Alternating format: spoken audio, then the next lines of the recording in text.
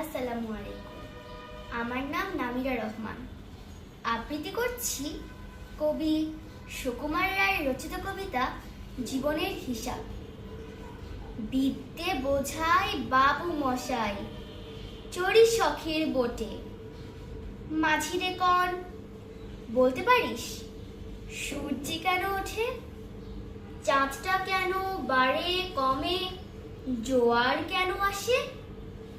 বৃদ্ধ মাঝি অবাক হয়ে ফেল ফেলিয়ে হাসে।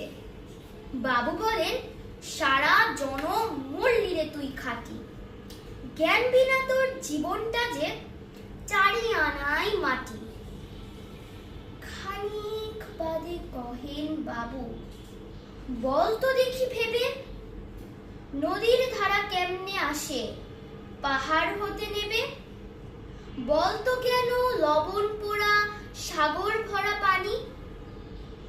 মাঝি সে কয়, আরে মশাই ও তো কি আর জানি। বাবু বলেন, এই বয়সে জানিস নি ওটা কি? জীবনটা তো নেহাত খেলো, অষ্ট আনাই ফাঁকি। আবার ভেবে কহেন বাবু, বল তো ওরে বুড়ো, কেন এমন নীল দেখা যায় আকাশের ওই চূড়ো? বল তো দেখি সূর্য চাঁদে গ্রহণ লাগে কেন?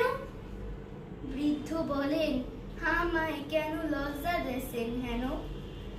বাবু বলেন, বলবো কি আর, বলবো তোরে কিতা, দেখছি এখন জীবনটা তোর 12 আনাই বৃথা।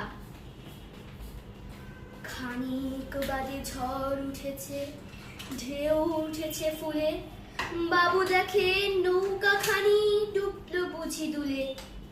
মাঝিরে কন, এ কি আপদ, ওরে ও ভাই মাঝি, ডুবলো নাকি নৌকা এবার, মরবো নাকি আজি?